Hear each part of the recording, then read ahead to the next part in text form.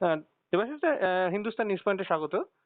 আহ, খানিকক্ষণ আগেই ধন্যবাদ। অভিষেক বন্দ্যোপাধ্যায় সোনারপুর দক্ষিণে এসেছিলেন এবং সেখানে এসে কার্যত তিনি জনরোষের মধ্যে পড়েছেন।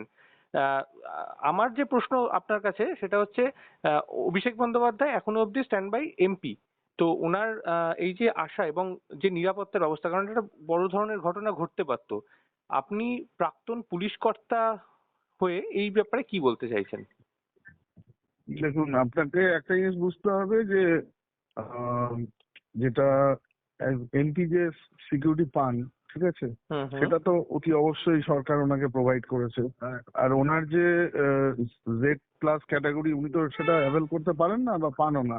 হুম, হুম, 2 নম্বর কথা হচ্ছে যে উনি যদি যান, ওনাকে প্রপার ইন্টিমেশন দিয়ে কোথায় যাচ্ছেন সেখানে আগে অ্যাসেস করে হুম, হুম, যাওয়াটা বেটার। কারণ উনি যা কাণ্ড ঘটিয়ে রেখেছেন, হুম, হুম, মানে ভারতবর্ষের ইতিহাসে এত চুরি তো কেউ করেননি।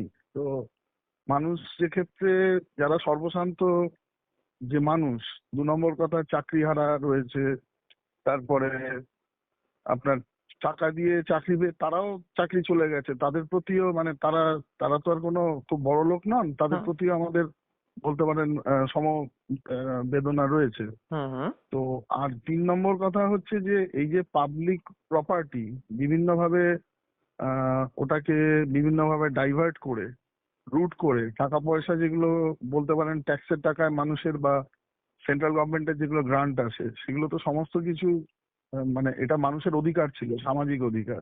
হুম, তো হুম, সেগুলো তো মানুষ পায়নি।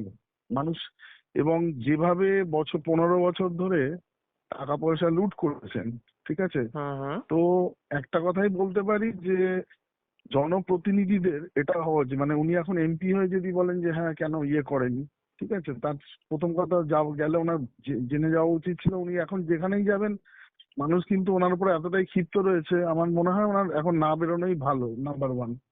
আর 2 নম্বর কথা, যদি যান সেইভাবে বলে যাওয়া ভালো, সেক্ষেত্রে পুলিশ সেইভাবে নিশ্চয়ই অ্যাকশন নেবে। আর 3 নম্বর হচ্ছে যে যেটা আমার মনে হয়, এত টাকা তো উনি লুট করেছেন বা এত কিছু মানুষের চোখের জলের যে কান্না, এই যে পোস্টপোল ভায়োলেন্স বলুন বা আজ পর্যন্ত আমাদের 326 জন বিজেপি কর্মী মারা গেছেন, মার্ডার হয়েছেন, ঠিক হুম, আছে, হুম, কত আমাদের সদস্য সমর্থকরা রয়েছেন, তাদের পরিবারে নারীরা ধর্ষিত হয়েছেন, এবং যেখানে অভয়ার মতো কাণ্ড ঘটেছে, কামদুনির মতো কাণ্ড ঘটেছে। হুম, একটা হুম, কথাই বলতে পারি, এগুলো একটু উনি পর্যালোচনা করুন।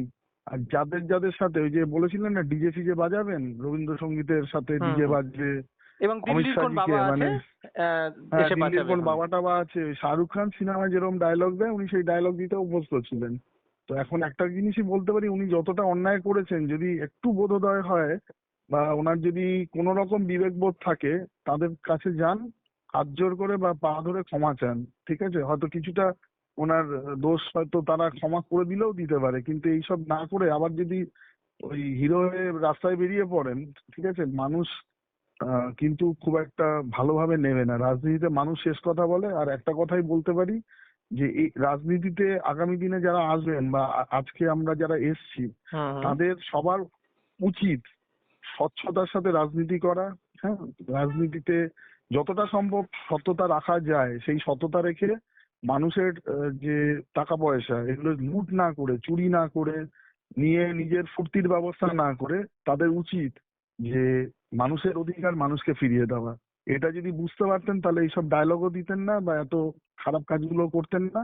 এবং সব থেকে বড় বড় কথা, ওনার যিনি মেন্টার ছিলেন, ওনার পিসি, হুম, তো হুম, ওনার বলতে পারেন যে আশ্রয়ে প্রশ্রয়ে তো এই সমস্ত কিছু ঘটেছে।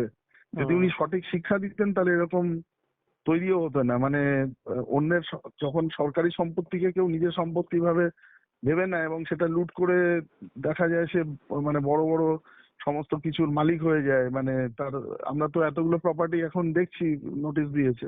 আমি তার বাইরেও অনেক কিছু জানি, মানে অনেক প্লাস দেবাশিস দা, সিআইডির কাছেও নোটিশ পেয়েছেন আজকের উনি আহ, বিধানসভায়। পাবেনি। ওনার হুম, মুশকিল হচ্ছে যে আমার মনে হয় যে উনি খুব শিগগিরই হয়তো উপরওয়ালাই ওনাকে প্রোটেকশন দিয়ে দেবে, বেশি দিন আর ওনাকেই থাকতে হবে না। ওনার পরবর্তীকালে তো অনেক রকম আইনি জটিলতা আসবে। মানে ওনার এখন আমার মনে হয় যদি উনি ভিতরে থাকেন, যেটা আগামী দিনে হতে পারে, সেক্ষেত্রে অনেকটা পাবলিক রোজ থেকে বাঁচতে পারেন, না হলে ওনার খুব একটা কিছু ভালো আমি বলতে পারছি না। অসংখ্য ধন্যবাদ।